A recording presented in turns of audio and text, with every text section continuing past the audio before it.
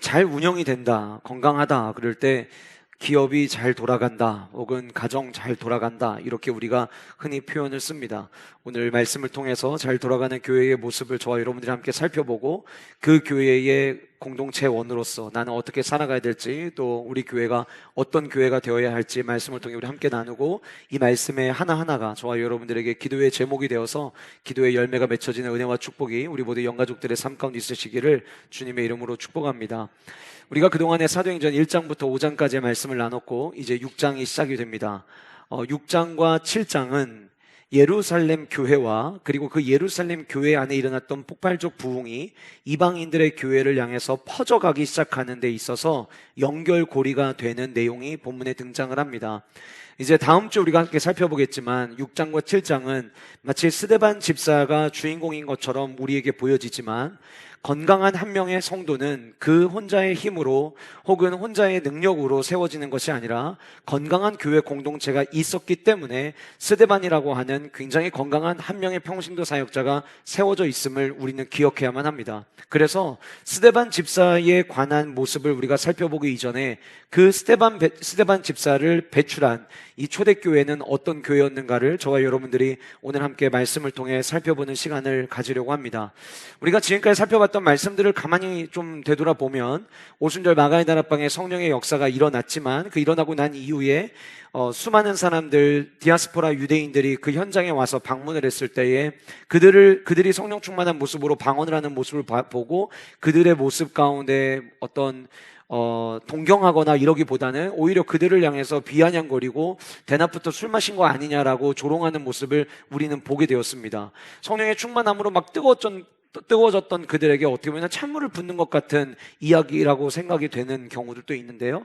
그럼에도 불구하고 그 초대교회의 성령의 충만함을 경험한 자들은 아랑곳하지 않았고, 오히려 베드로는 예수 그리스도에 대한 확실한 증언으로 말미암아 3천여 명의 사람들이 회심하게 되는 결정적 말씀을 전하게 되었습니다.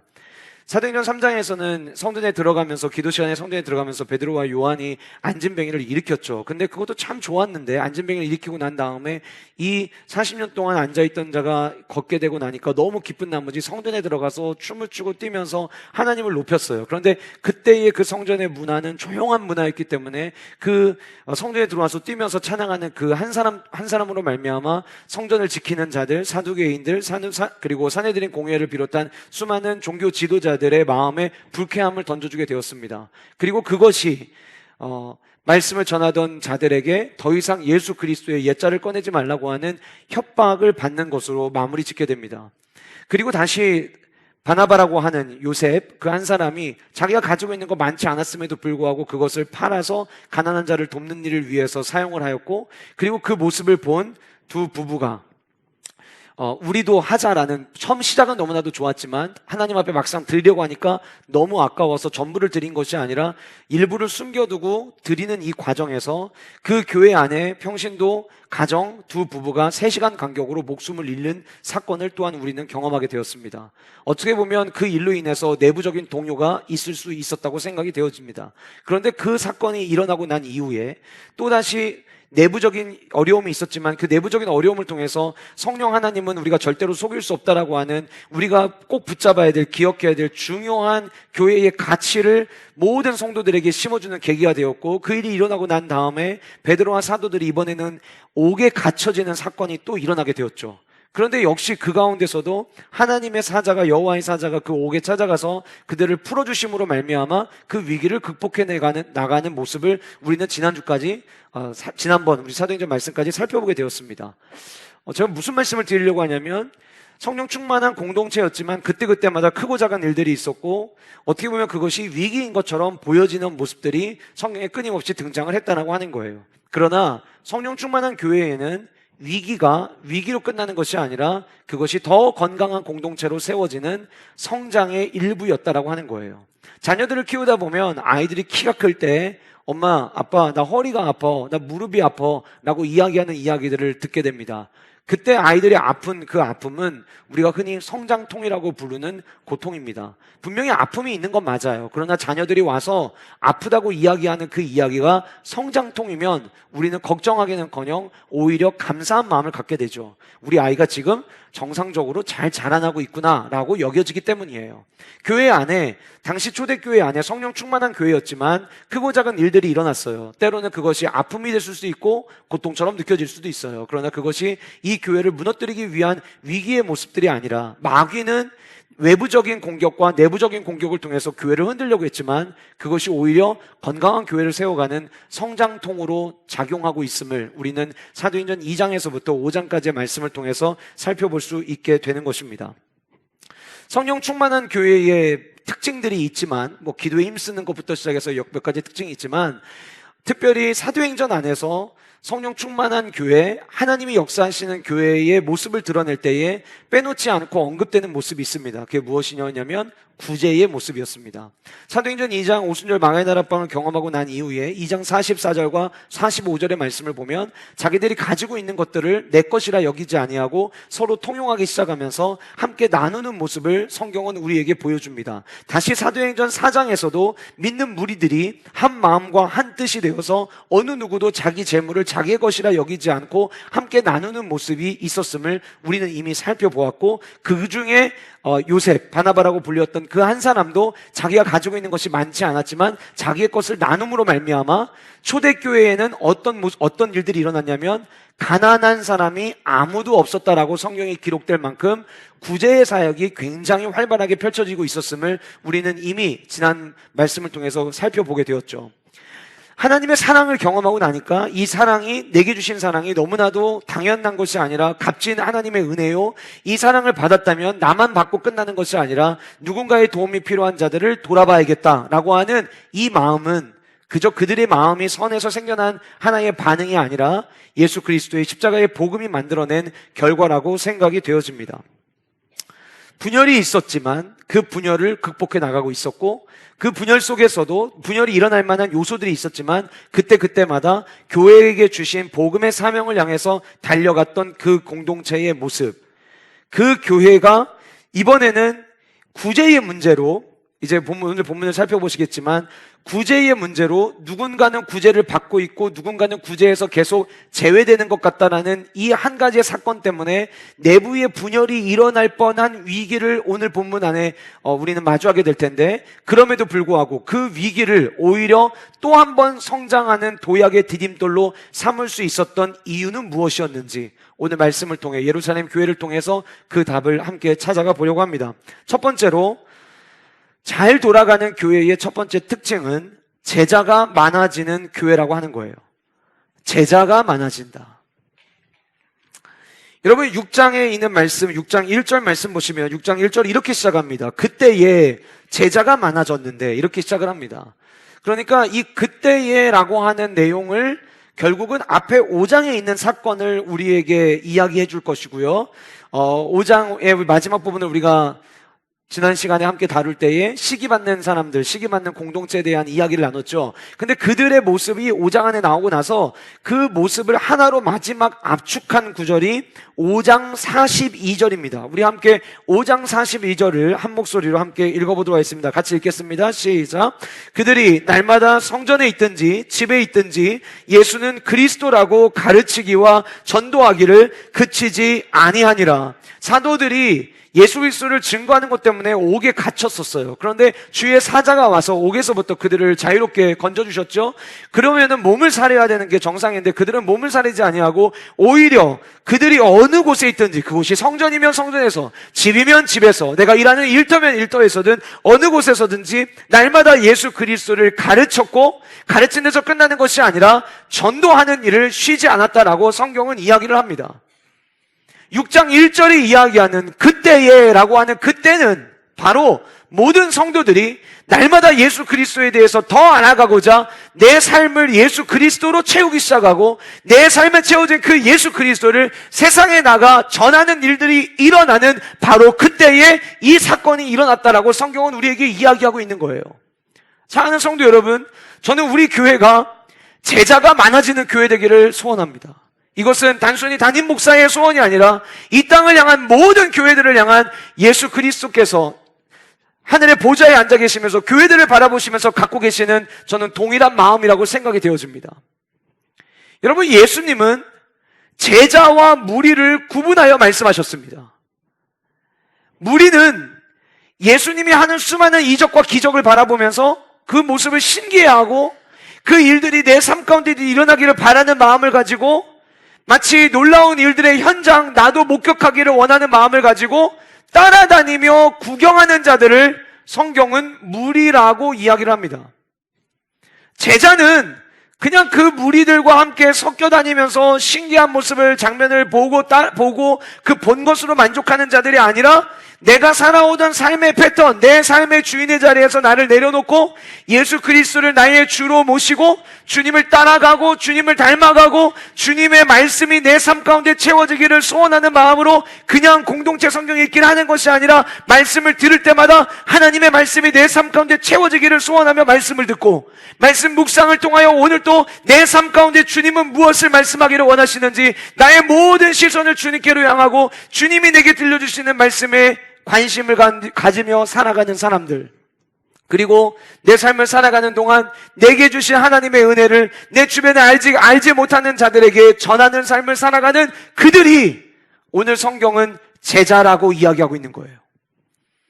사도행전 안에 예수님의 12 제자들에게 제자라는 이름을 붙였었지만 그 이후에 교회의 성도들을 대상으로 교회의 성도를 성도라 부르지 아니하고 제자라고 부르는 그 첫 번째가 오늘 6장 1절에 등장하는 거예요. 다시 말씀드리면 오늘 본문에 이야기하는 제자는 예수님의 12 제자를 이야기하는 게 아니라 이미 예수 그리스도의 복음을 받아들인 3,000명, 5,000명, 그 어른들, 남성들을 제외한 만약에 여성과 아이들까지 포함한다면 좋게 2만여 명이 되어지는 그 많은 사람들이 그냥 예수님에 대하여 신기한 일에 관심을 갖는 자로 살아가는 게 아니라 이제는 나도 주님을 닮아가고 주님을 따라가는 삶을 살겠노라고 결단한 공동체가 되어 있었다라고 하는 거예요.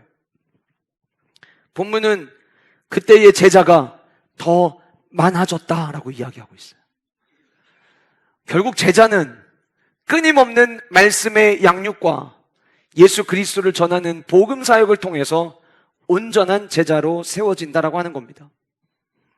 톰 레이너 목사님이 쓰신 책 안을 읽다 보니까 미국의 수십만 개의 교회들 가운데서 가장 영향력을 끼치는 건강한 교회들에게 나타나는 몇 가지 특징들이 있는데 평신도들을 대상으로 설문조사를 해봤더니 공교롭게도 가장 건강한 13개 교회의 성도들에게 똑같은 반응이 나타났다고 합니다. 그게 무엇이었냐면 평신도들이 2주에 한 번꼴로 예수 그리스도를 알지 못하는 자에게 예수 그리스도를 전하는 삶을 살고 있다라고 하는 통계였어요.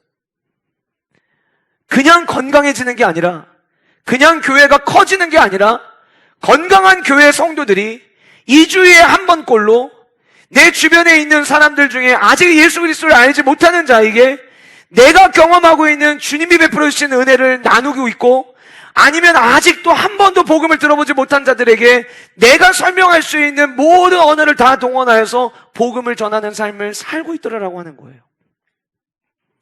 주님은 우리 교회를 바라보시면서 우리 교회가 제자 공동체 되기를 분명 원하실 겁니다. 우리 교회 제자 훈련하는 교회입니다.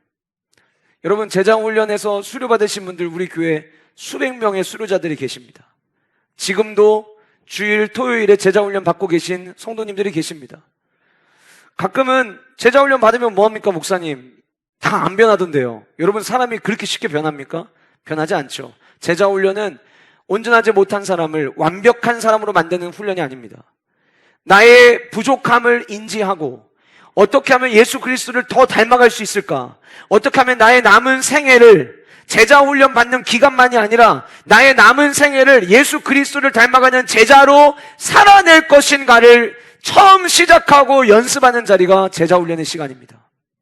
제자 훈련 수료가 끝나고 나면 그때부터 나와 하나님과의 관계 속에서 처절하게 때로는 하나님을 의지하고 붙잡기 시작을 하면서 내가 어떻게 하면 제자로서 살아갈 수 있을지 훈련 기간 동안 훈련받았던 내용들을 삶에 반복하고 말씀을 내 삶에 적용하고 큐티의 생활을 하고 기도 생활을 이어가면서 주님이 기뻐하시는 제자로서 살아내기 위한 삶을 살아내는 것, 그것이 수료받은 자들의 삶의 모습이어야 되는 거예요. 그러기 위해서는 그저 교회 안에서 시간을 보내는 그 시간에 비례해서 우리가 제자 되는 게 아니라 내가 오늘 예수님의 제자가 되기 위하여 얼마나 씨름하고 노력하고 있느냐에 대한 점검이 우리 안에 필요하다고 하는 겁니다. 오늘 잘 돌아가는 교회, 건강한 교회의 모습, 그 첫 번째로 제자가 많아지는 교회라고 했는데, 여러분들 모두 여러분들이 출석하시는 대전 세종왕교회가 건강한 교회 되기를 여러분들은 모두를 원하실 겁니다. 그러나 건강한 교회는 건강한 성도들이 모여질 때 세워지는 거예요. 다시 말씀드리면 제자가 많아지는 교회가 되려면 제가 제자가 되어야 되고 여러분들이 주님의 제자가 되셔야만 하는 겁니다. 간절히 소원하게는 우리 교회 모든 영가족들이 무리가 아니라 주님을 따라가고 주님을 닮아가는 온전한 제자로서의 삶을 살아내는 은혜와 축복이 여러분들의 삶 가운데 있으시기를 주님의 이름으로 축복합니다. 제가 오늘 말씀을 준비하면서 주님이 원하시는 제자 공동체는 어떤 모습일까에 대한 생각을 한번 해보게 되었어요. 왜냐하면 성경에 보면 예수님이 제자들에 대해서 그리고 어떤 모습을 갖는 자들이 제자라고 이야기할 수 있는가, 예수님은 다양한 곳에서 다양한 말씀들을 주셨거든요. 70명의 전도대를 보내실 때에도 제자들의 자질, 제자들의 덕스러운 모습이 무엇인지를 가르쳐 주기도 하셨고, 우리가 잘 아는 대로 누구든지 나를 따르려거든 자기를 부인하고 자기 십자가를 지고 나를 따라오라고 말씀하심으로 말미암아 제자의 삶의 모습은 어때야 되는지 이미 너무 많이 말씀해 주셨어요. 그런데 오늘 말씀을 준비하면서 주님, 우리 교회가 제자가 많아지는 교회가 되기를 원하고 우리 교회 모든 영가족들이 주님의 온전한 제자로 세워지기를 원합니다. 그냥 주일날 나의 일주일의 종교 행사로 루틴처럼 왔다가 가는 게 아니라 내가 정말 주님을 닮아가기 위해서 함께 노력하고 함께 애쓰는, 그래서 우리의 숫자가 중요한 것이 아니라 우리가 모여서 예배하는 이곳에 하나님의 나라를 경험할 수 있는 그 은혜와 축복이 주여 우리 안에 있기를 원합니다 라고 기도하면서 주님이 원하시는 제자의 모습은 어떤 모습인가요? 라고 기도할 때 떠올랐던 말씀이 요한복음 17장이었어요. 요한복음 17장은 너무 제가 사랑하는 장인데 예수님이 자기 자신을 위해서, 제자들을 위해서, 그리고 그 제자를 통해 구원받게 될 수많은 사람들을 위해 기도하신 내용이 등장을 하죠. 예수님이 기도하셨다라고 한다면 그 예수님의 기도 안에는 예수님의 바람이 담겨져 있겠죠. 예수님께서는 자기 자신을 위해서 먼저 기도하시고 그 다음 제자들을 위해 기도하셨어요. 다시 말씀드리면 예수님이 원하시는 제자의 모습이 있었다는 거예요. 그 모습을 세 가지로 정리해 볼 수 있습니다. 첫 번째로는 하나 되기를 주님은 원하셨다는 거예요. 누가 제자냐? 제자는요, 하나 되는 일에 힘쓰는 자들이에요. 제가 아까 말씀드렸지만 이미 성령 충만을 경험한 이들은요, 나 혼자가 이제 중요하지 않게 됐어요. 내가 배불러도 배부르지 못한 다른 사람을 걱정하는 문화가 이 예루살렘 교회 안에 생겨나기 시작했어요. 왜 이런 일이 일어났을까요? 나만 생각하면 하나 되는 모습을 가질 수가 없어요. 나만 생각하면 나만 배부르면 괜찮아요. 못 먹고 있는 사람들 팔자령이 생각하고 그냥 넘어갈 거예요. 그런데 그들이 성령의 충만함으로 같은 성령 하나님의 은혜를 한자리에서 경험하고 나서 그들이 같이 기도하기 시작하고 한마음 한뜻으로 기도하는 일에 힘쓰기 시작하다 보니까 그들은 하나 되어졌어요. 여러분, 이것은 우연이 아니라 예수님이 바라셨던 제자 공동체의 모습이었다는 거예요. 예수님께서 요한복음 7장에 제자들을 위해 기도하시면서 아버지와 내가 하나 되듯이 이 모든 제자들이 하나 되게 해달라고 주님은 기도하셨어요. 우리는 우리 스스로의 모습을 점검해 봐야 됩니다. 나는 지금 주님의 제자인가?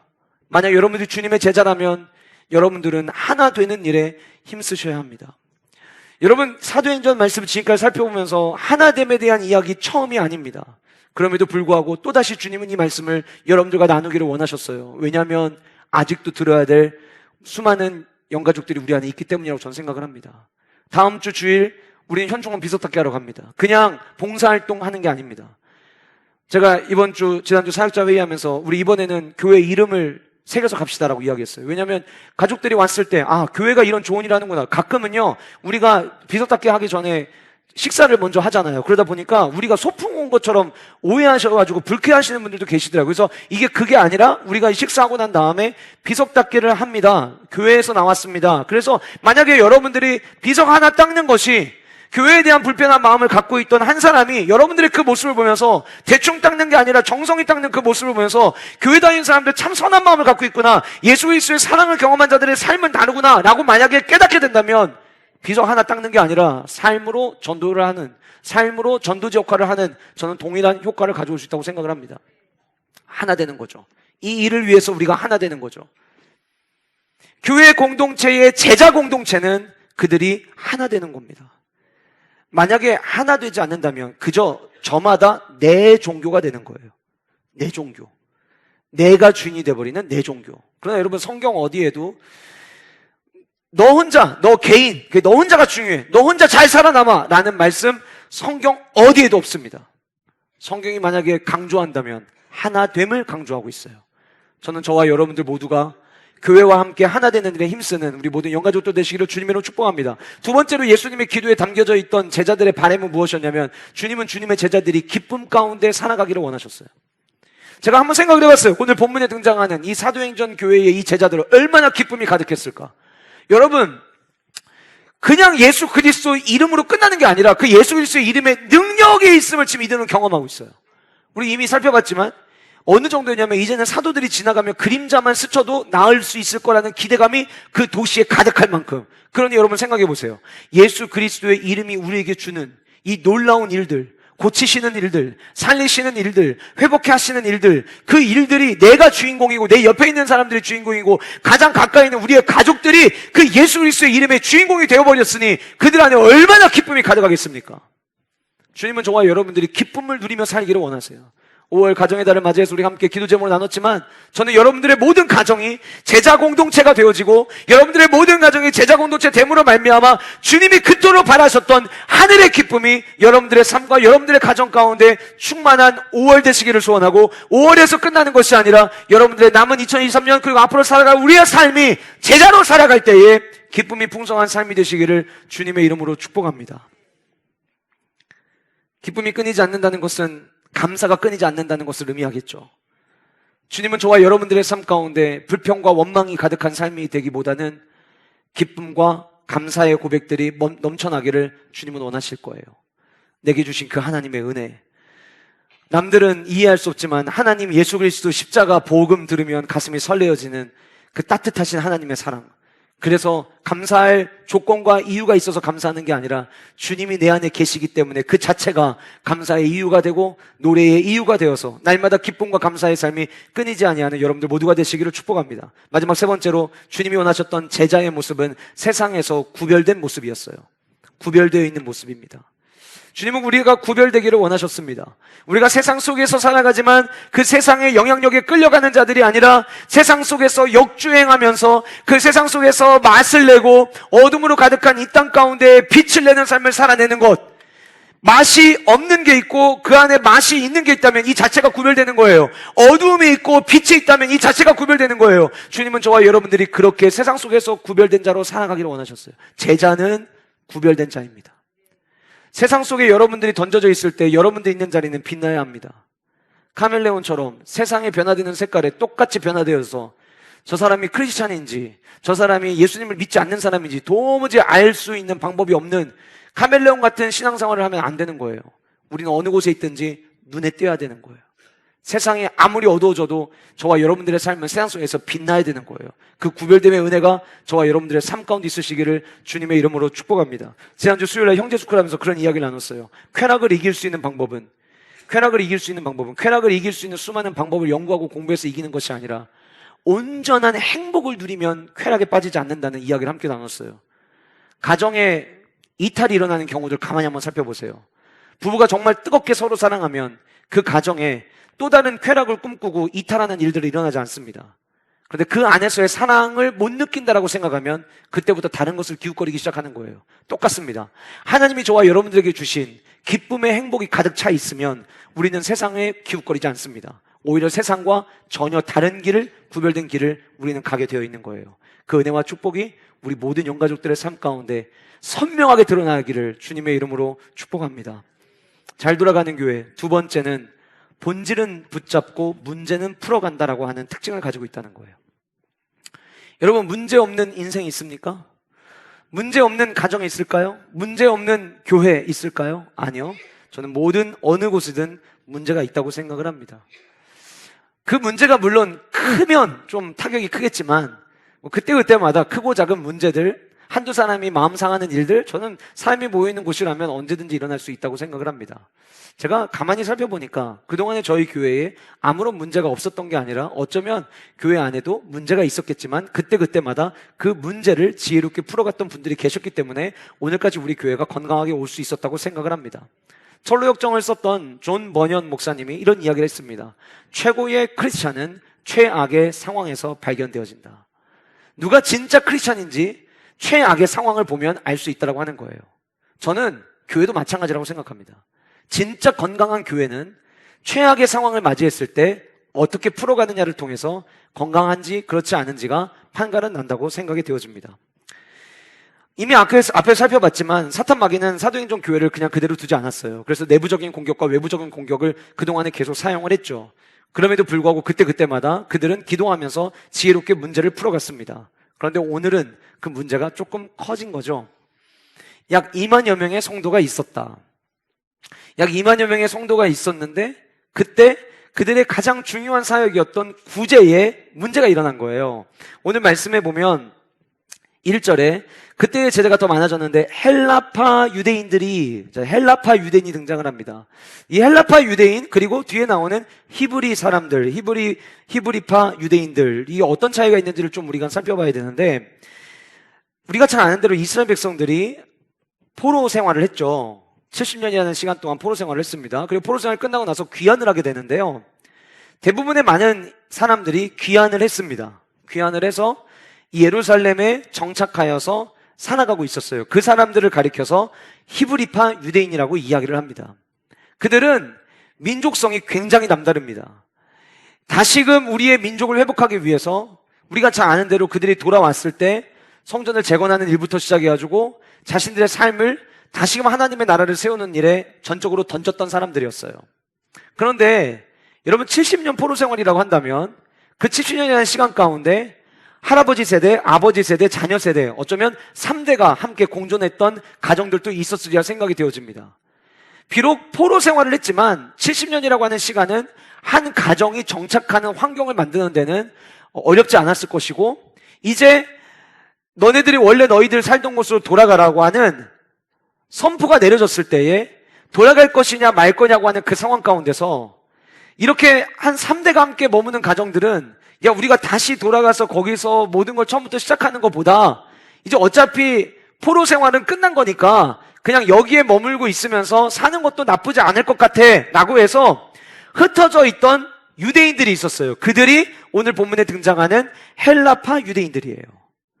그런데 이들이 다 흩어져 살다가 절기가 되면 예루살렘에 올라와서 절기를 지켰던 거예요. 사도행전 2장에 오순절 절기가 있었죠. 흩어져 있다가 그들이 절기를 지키기 위해서 예루살렘으로 올라왔어요. 올라왔는데 항상 드리던 절기와는 다르게 이번에는 눈앞에서 너무 신기한 장면을 목격을 한 거죠. 성령의 임재를 경험하였고 자기들이 살던 지역에서 사용하던 언어들을, 그 언어를 배우지 못했던 사람들이 지금 여기서 방언을 받아가지고 하고 있는 너무나도 신기한 모습을 지켜봤어요. 처음에는 너네 술 마시고 하는 거 아니야? 야, 술 주정하는 건 아닌 것 같아. 우리가 쓰는 말이랑 똑같은 말을 하잖아. 이런 이야기를 그들 안에 있다가 나중에 베드로의 말씀을 전할 때에 3,000명이 회심을 합니다. 그래서 신학자들이 3,000명의 회심한 사람들이 헬라파 유대인일 가능성이 높다라고 이야기를 해요. 그러니까 그냥 우연히 절기 지키러 왔다가 오순절 마가네 다락방을 직접 체험한 건 아니지만 눈으로 목격하였고 그 신기한 모습을 경험을 한 거죠. 그리고 나니까 이들이 너무 한 번도 살면서 경험해보지 못했던 이 성령의 역사를 막 눈앞에서 일어나는 일들을 보게 되고 듣게 되고, 그러니까 당장 자기 고향, 자기가 원래 살던 곳으로 돌아가야 되는데 돌아가지 않고 며칠 동안 여기 머물기 시작을 한 거예요. 그렇게 머물다 보니까 야, 우리 돌아가지 말고 그냥 여기 있는 게 낫지 않을까? 이 하나님의 역사가 있는 이 땅에 그냥 우리가 사는 게 낫지 않을까? 거기 포로 귀환은 끝났지만, 포로 생활은 끝났지만 포로 생활 때랑 다를 게 뭐가 있어? 그래도 우리가 하나님의 민족이라면 하나님의 역사하신 이 현장에서 우리가 살아가는 게 나을 것 같아 라고 생각하는 사람들이 정착하기 시작한 거예요. 자, 그럼 여러분 질문해 볼게요. 이들이 절기를 지키러 올라올 때 이렇게 될 거를 알고 집에서 떠나는 여행을 출발할 때 가전제품, 자기들이 살 때 필요한 모든 도구들을 다 가지고 왔을까요? 아니죠. 원래 처음 계획은 잠깐 방문이었어요. 그런데 어떻게 하다 보니까 여기가 좋아서 앉게 된 거죠. 눌러 앉게 된 거죠. 물론 여행을 떠날 때 자기가 가지고 있는 물질들을 가지고 왔을 거예요. 그런데 그들 중에는 과부들도 있었어요.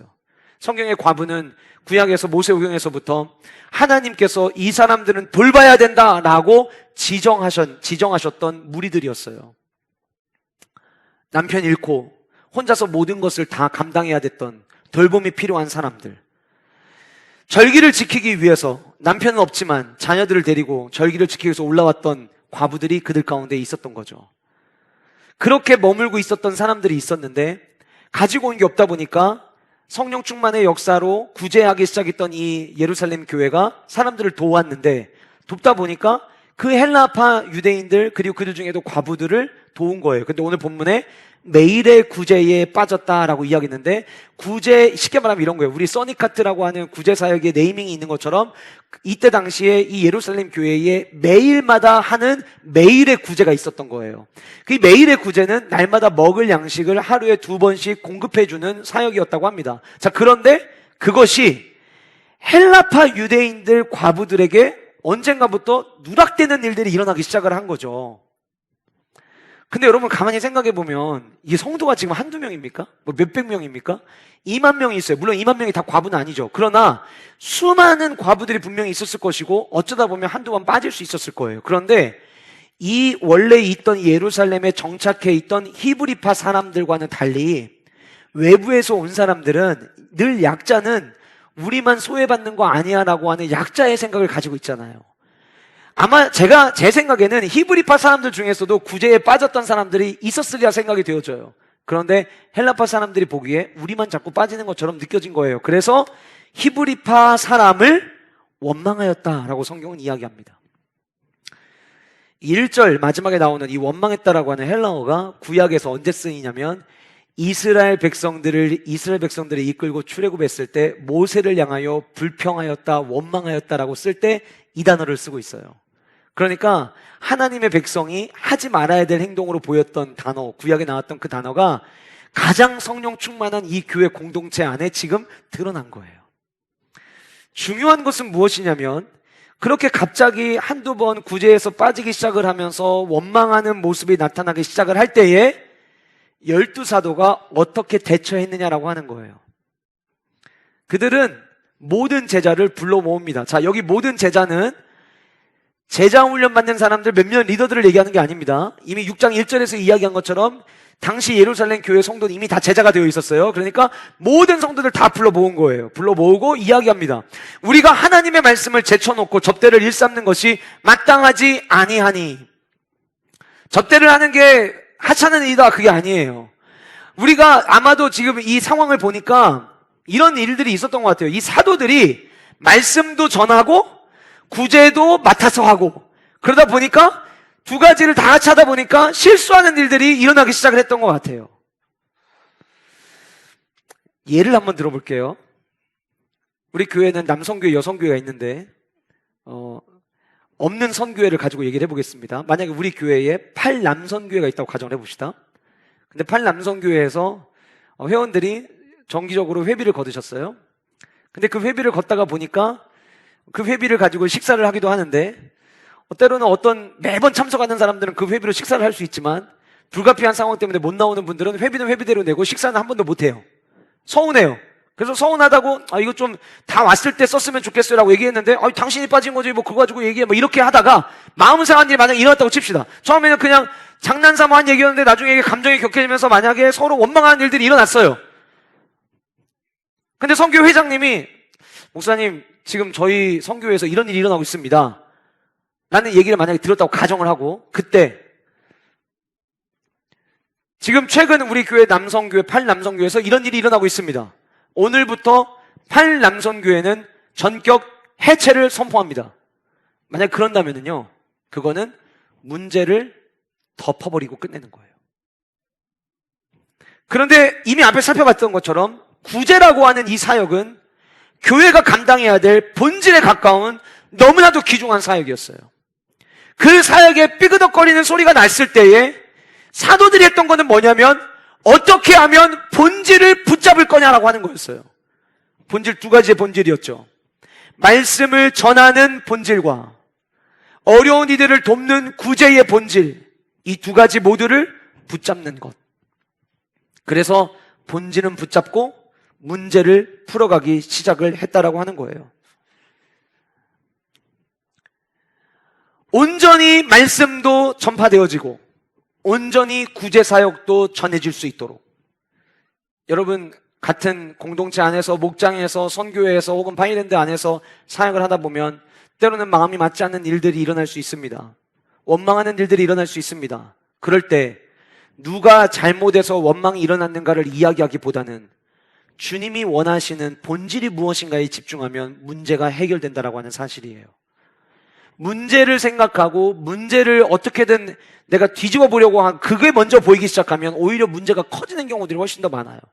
그런데 늘 우리는 그때마다 주님이 원하시는 본질적 사역이 무엇인가에 집중을 하고 그 본질이 드러날 수 있도록, 본질이 나타날 수 있도록, 본질의 사역들이 계속해서 이루어질 수 있도록 지혜를 모으면 문제는 해결된다라고 하는 거예요. 저는 우리 세종항 공동체가 오늘 본문에 등장하는 예루살렘의 첫 번째 교회처럼 앞으로도 우리가 지내다 보면, 또 교회가 성장하다 보면, 수많은 사람들이 모이다 보면 서로 다름 때문에, 틀린 게 아니라 다름 때문에 불편한 일들이 일어날 수 있고, 그러다 보면 기분 상한 일들이 일어날 수 있어요. 근데 그럴 때마다 내 감정, 내가 들은 이야기, 그것이 기준이 아니라 하나님이 원하시는 본질은 무엇일까에 집중함으로 말미암아 본질 안에서 함께 문제를 해결하는 은혜와 축복이 저와 여러분들의 삶과 우리 교회 가운데 앞으로 계속해서 나타날 수 있기를 간절히 소원해 봅니다. 세 번째로, 잘 돌아가는 교회는 사람을 세우는 교회입니다. 사람을 세우는 교회. 사람을 세우는 교회.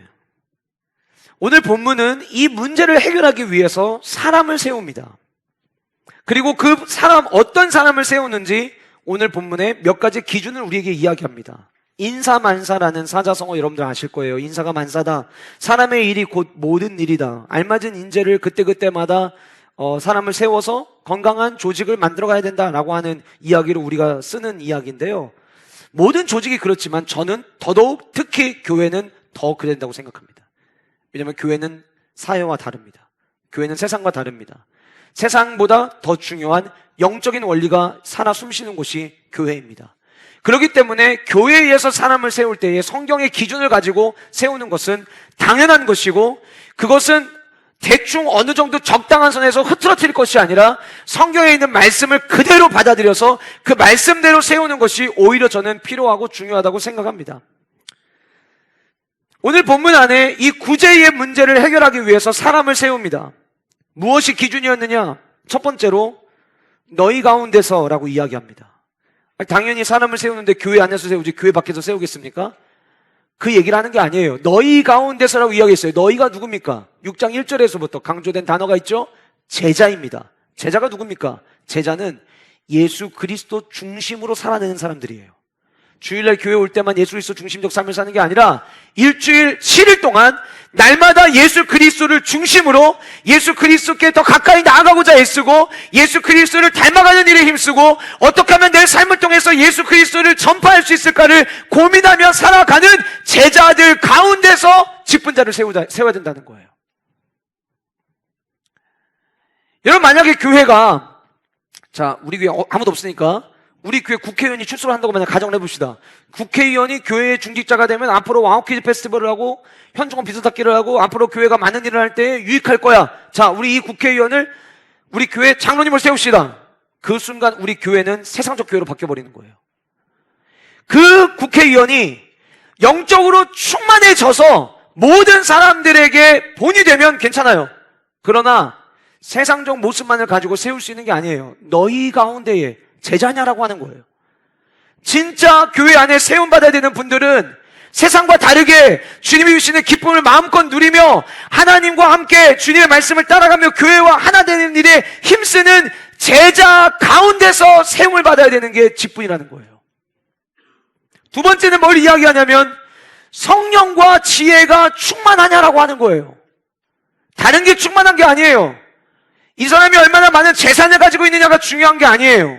이 사람이 사회적으로 얼마나 좋은 학벌을 가지고 있느냐가 중요한 게 아니에요.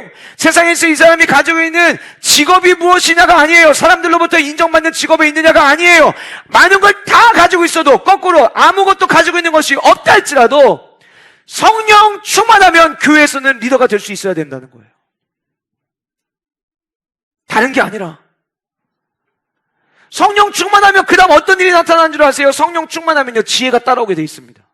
지난주 금요일 저녁에 우리가 함께 기도합시다라고 하는 말씀의 제목으로 금요성령 부흥의 말씀을 나눴습니다.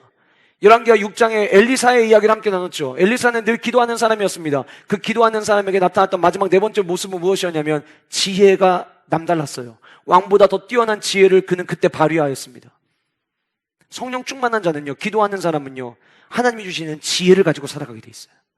세상의 지식과 세상의 데이터를 가지고 내놓고 이야기를 하는 게 아니라 기도하는 거죠. 기도를 통해서 하나님의 지혜를 구하는 거예요. 너희 가운데서 성령과 지혜가 충만하여, 그 다음 뭐라고 이야기합니까? 칭찬받는 사람. 셀프 칭찬 말고, 나는 직분 받을 만한 자격이 있다고 생각하는데 왜 나 안 세우지?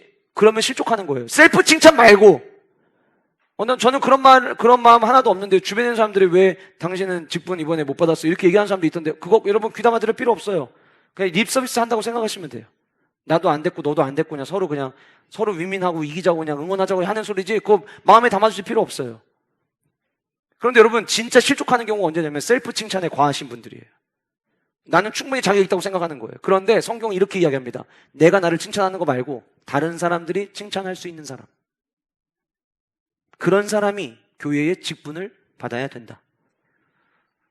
여러분 칭찬받는 거는요 하루아침에 일어나는 일이 아니에요.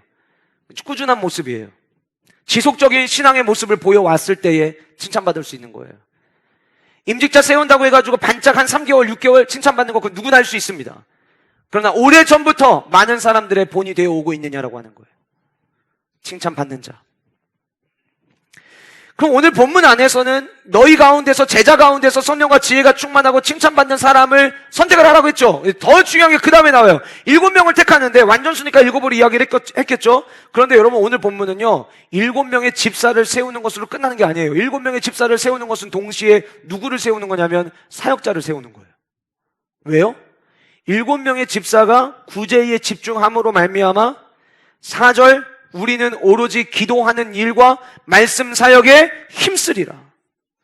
결국은 7명의 평신도 리더를 세움으로 말미암아 7명이 와 저 사람들은 교회에서 이제 무슨 명예받나 봐, 이게 아니라 그들로 하여금 교회의 말씀 사역을 하는 저와 또 우리 가파이랜드 사역자들, 말씀 전하는 우리 모든 사역자들이 그 말씀에 집중할 수 있도록, 그러다 보니까 평신도 사역은 평신도 사역대로 살아나고 말씀 사역은 말씀 사역대로 함께 살아나는 거예요.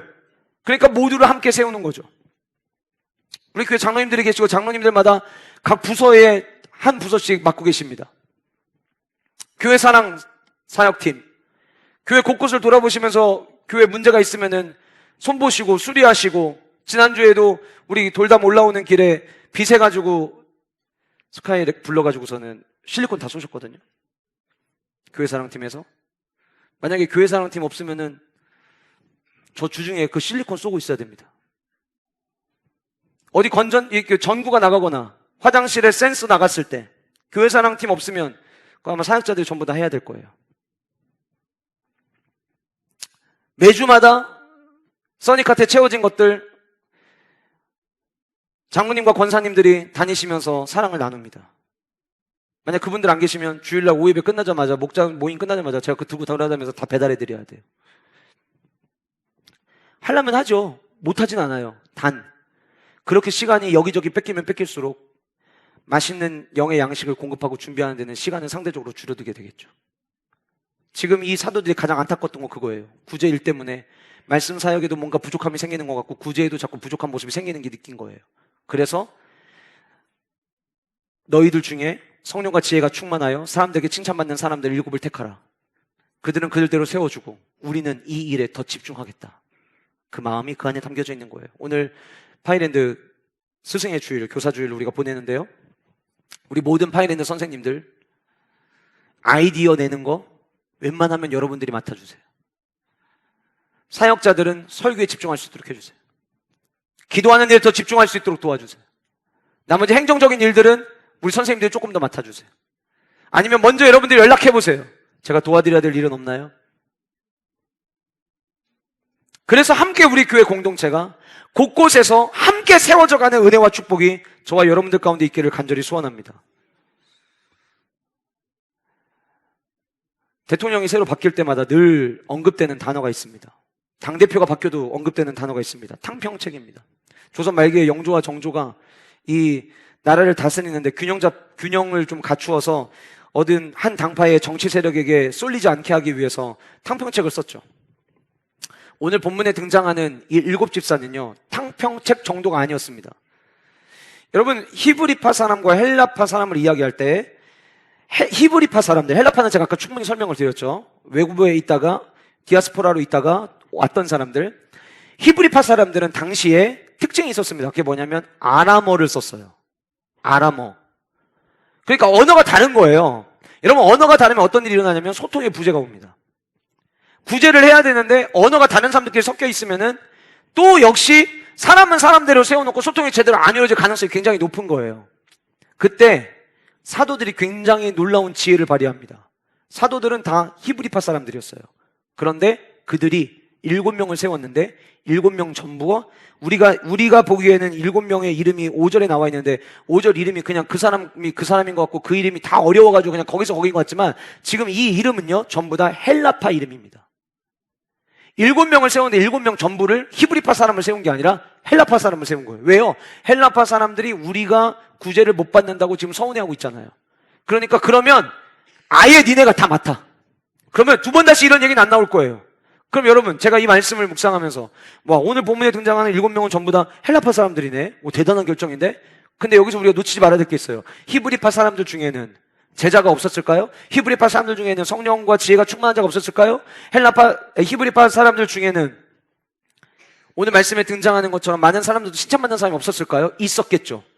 그런데 더 이상의 불협화음이 나지 않도록 모든 환경을 다 차단을 해버리고 이 일을 통하여 7명의 사람을 세우고 동시에 사역자는 말씀과 기도에 집중할 수 있도록, 그리고 이 일을 통하여 동시에 그동안의 구제를 제대로 받지 못하는 사람들은 구제를 받는 일까지 완벽하게 하모니를 이루게 된 거예요. 그래서 사랑하는 성도 여러분, 건강한 교회는 건강한 사람을 계속해서 세워나가야 합니다. 저는 제가 칼럼에도 썼지만 외부에서 목사님들께서 저희 교회 오셔서 장로님들 뵈고 나면 그런 얘기들 하세요. 이 교회 장로님들을 보면 교회가 어떤 교회인지 알 것 같아요. 이렇게 얘기하시는 분들 많이 계세요. 사람을 보면 그 조직이 보입니다. 마찬가지예요. 교회에 좋은 임직자들, 직분자들을 세워야 되는 이유는 우리 교회의 건강함을 지표로 보여줄 수 있기 때문이에요. 자, 여기서 한 가지 이제 우리가 점검해야 될 부분이 있어요. 이 가운데는 직분 받으신 분들 많이 계십니다. 점검하셔야 돼요. 나는 지금 제자로 살아가고 있는가? 내 삶은 그리스도 중심으로 가득 채워져 있는가? 나는 그리스도를 더 알기 위해 쓰고 있고 그리스도를 전하기 위해 애쓰고 있는가? 나는 지금 성령의 충만함을 갈망하고 있는가? 하늘의 지혜가 내게 채워지기를 나는 지금도 구하고 있는가? 나는 많은 성도들로부터 칭찬받는 자리에 있는가? 여러분들이 건강하셔야 우리는 보다 더 건강한 교회를 꿈꿀 수 있기 때문입니다. 우리 모든 평신도 성도님들은 우리 교회 직분 받으신 모든 임직자들을 위해서 기도해 주세요. 오늘 말씀에 나온 사도행전 6장 오늘 본문에 등장하는 이 직분자의 모습이 우리 교회 모든 직분자들에게 나타나게 하여 주시옵소서. 그럴 때 우리 교회는 더 성장하는 교회 공동체로, 하나님을 기쁘시게 하는 공동체로 세워줄 수 있다고 저는 확신합니다. 마지막 4번째로, 잘 돌아가는 교회는 세상을 변화시키는 교회입니다. 여러분, 오늘 말씀에 사도들을 다 세웠고 사도들이 집사들을 세웠고 그 집사들에게 안수한 얘기로 일단락이 되잖아요. 6절에서 끝나죠. 그런데 7절에 마지막 결론을 한번 이렇게 냅니다. 6장 7절을 같이 우리 한 목소리로 함께 읽어보도록 하겠습니다. 같이 읽겠습니다. 시작. 자, 사람을 세웠어요. 구제하는 일에 맡겼어요. 그러니까 사도들은 진짜 이제 말씀 준비하는 일과 기도하는 일에 올인할 수 있게 된 거예요. 그 결과가 어떻게 따라왔냐면 하나님의 말씀은 더 맛있는 말씀은 더 그 영양가 있는 하나님 말씀은 더 많이 전파되기 시작을 했어요. 그리고 하나님 말씀이 전파되다 보니까 제자의 수가 더 많아지기 시작했어요. 그러니까 단순히 7명 세운 게 끝낸 게 아니라 그 7명 세움으로 말미암아 지금 어떤 일이 일어났는지를 7절은 우리에게 보여주고 있는 거예요. 그런데 여러분, 여기서 우리가 유심히 봐야 될 부분이 있어요. 여기 볼펜에 있으면 여기 밑줄 치시기 바라는데, 허다한 제사장의 무리도 이 도에 복종하니라. 거기 밑줄 한번 쳐보세요. 허다한 제사장의 무리도 이 도에 복종하니라. 여러분, 제자의 수가 지금 많아지기 시작을 했는데요, 문제는, 더 중요한 일은 뭐냐면 말씀이 더 많이 전파되고 제자들의 숫자가 더 늘어난 게 중요한 게 아니라 그 다음에 나온 얘기가 뭐냐면 허다한 제사장의 무리도 이 도에 복종하였다. 이 이야기가 핵심이에요. 제사장들이 누굽니까? 성전에서 물건 팔던 사람들이었어요. 예수님의 십자가 사건을 바라보면서도 이단이라고 규정하던 사람들이었고요. 예수님이 부활 승천하시고 수많은 사람들이 주님을 따를 때에도 어떻게 하면 예수 그리스도를 전하는 자들을 막을 것인가에 혈안이 돼 있던 사람들이었어요. 마치 이런 거예요. 제자들 변하면 끝난 거예요. 제자들 변하면 이 예루살렘이라고 하는 이 땅은요, 하나님의 나라로 완전히 뒤집어진 거예요. 그런데 오늘 그 골칫덩이들, 예수 그리스도의 십자가의 복음을 끝까지 받아들이지 않던 자들, 그들이 한두 명이 아니라 허다한 제사장의 무리가 이 도에 복종하기 시작했다라고 성경은 이야기하고 있는 거예요. 우리 이미 지난번 말씀 시간에 함께 살펴봤죠? 시기하던 자들이었어요. 우리에겐 능력이 나타나지 않는데 예수님의 제자에게 능력이 나타나는 걸 보고 시기하던 자들이었어요. 그런데 그들이 이제는 백기를 든 거예요. 이거는 시기할 문제가 아니라 나도 이 예수 그리스도의 은혜를 경험해야겠구나. 여러분, 유튜브에 보시면요, 한 절의 주지스님이, 나름 내가 주지스님인데 산에 오는 사람들 중에 교회 다니는 사람들에게 내가 포교 활동을 좀 해야겠다. 그럼 내가 기독교가 뭔지 알아야 되니까 성경을 읽어야겠다 해서 성경을 읽기 시작했는데 몇 번을 읽으셨냐면 70번을 읽으셨어요. 70번을 읽고 그 주지스님에게 어떤 일이 일어났냐면 스님 옷 벗고 신학교 가서 목사님 되셨어요.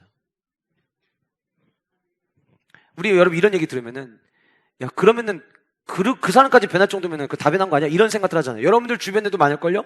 여러분들 10월 달에 진행되는 사랑 페스티벌을 앞두고 전도대상자들 이름 썼는데, 이름 쓰면서도 야, 이 사람이 진짜 이 사람이 만약에 교회 나오면은 진짜 이거는 우리 집안이 뒤집어질 일이다. 이거 우리 회사가 뒤집어질 일이다. 그렇게 생각한 분들 여러분들 쓰지 않으셨어요? 교회가 건강하게 세워지니까, 교회가 잘 돌아가기 시작하니까 도무지 믿지 않을 것 같았던 사람들이 그리스도의 도에 복종하는 일들이 일어나기 시작하는 거예요. 세상이 변화되기 시작하는 거예요.